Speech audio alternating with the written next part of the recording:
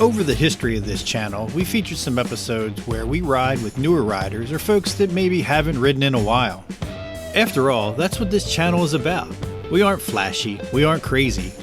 We're on the side of life where we're slightly past our prime, but warts and all, we get out there and do the best we can.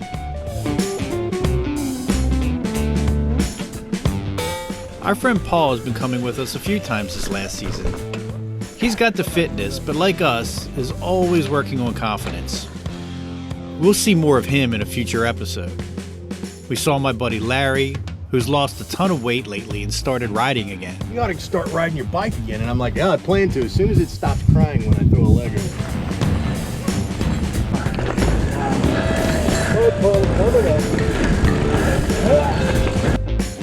And we saw my friend Alex, who went on his first mountain bike ride on this very channel. Yeah. All right, you okay?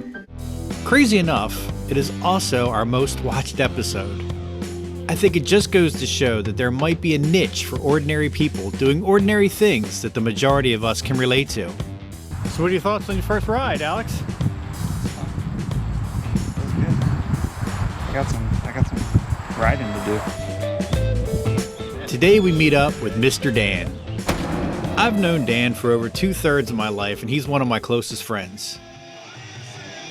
He taught me my first guitar chord about 30 years ago.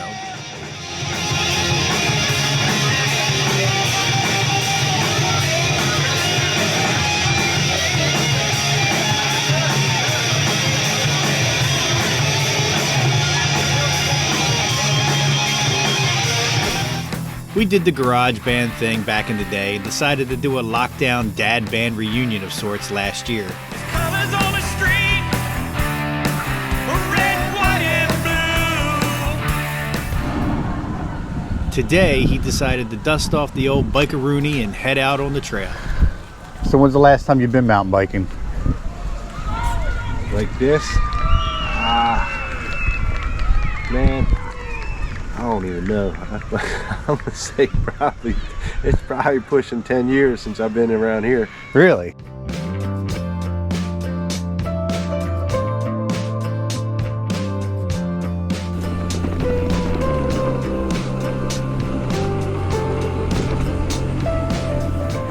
Right out of the gate, I knew I was going to have my work cut out for me.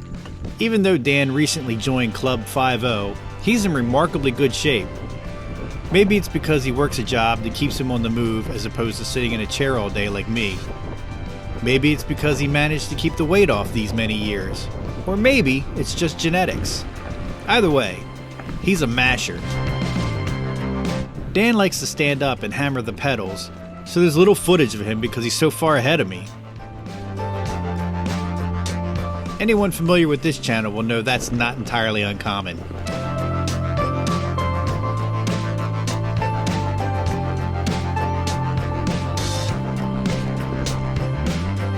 Flashback. A week before, I tried to cross this creek and failed miserably.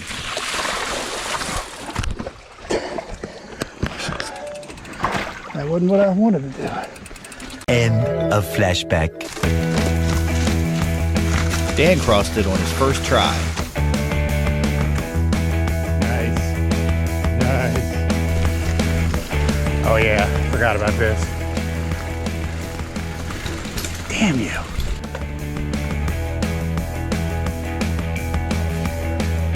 Yeah, he came out of nowhere. Thanks.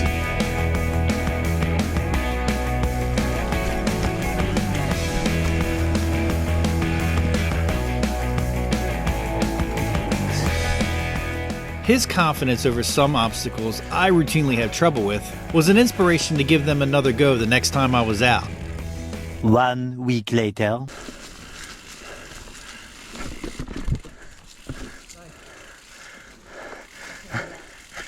I knew it was coming.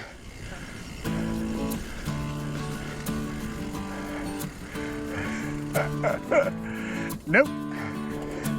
It's funny. The first year we got our bikes in like 2017, we could go over that. And then Rich fell off of it. Neither one of us can go over after that. I went over and just said, I thought to myself, man, this is going to be it. Yeah. As we were riding through and I failed to capture it on film, Dan took a fall. Although like most falls, it was pretty innocuous. He hit a root, twisted his bars, and down he went. I was thinking about last night, riding, I never wear a helmet riding on the street. Freaking fall, crack your head. Oh, it's no joke. Yeah, I know. And I don't do it like to be cool or anything. I just don't throw it up, I guess. Yeah. My biggest fear in the woods, because I don't really go that fast, I'm not doing anything terribly dangerous, and I'm always afraid of like losing my balance or whatever and falling and then, like, you know, impaling myself on something like that. After that, he was a little more conservative in his riding.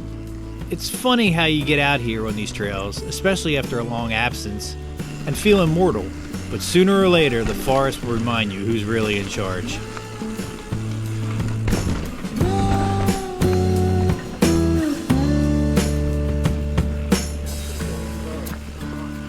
Creek's coming up.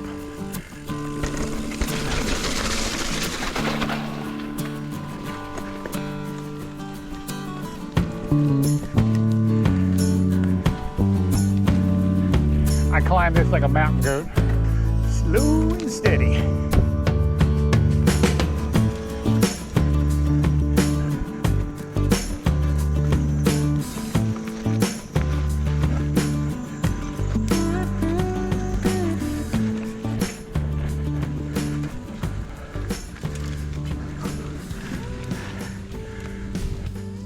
Once we got toward the end of our ride, I let Dan ride around on my bike a while.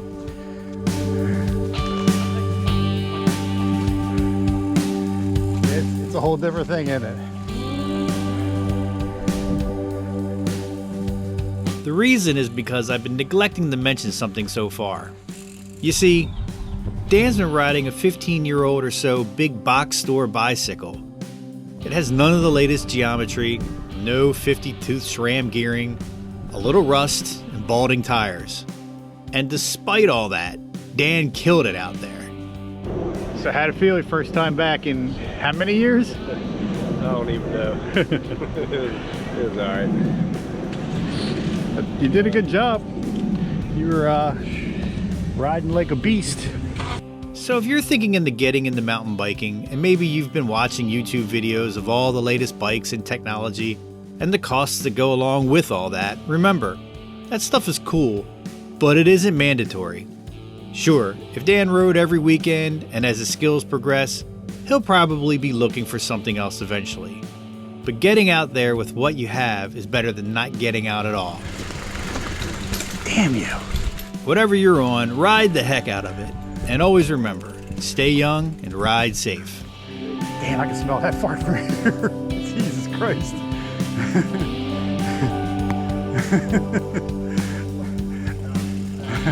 That was impressive.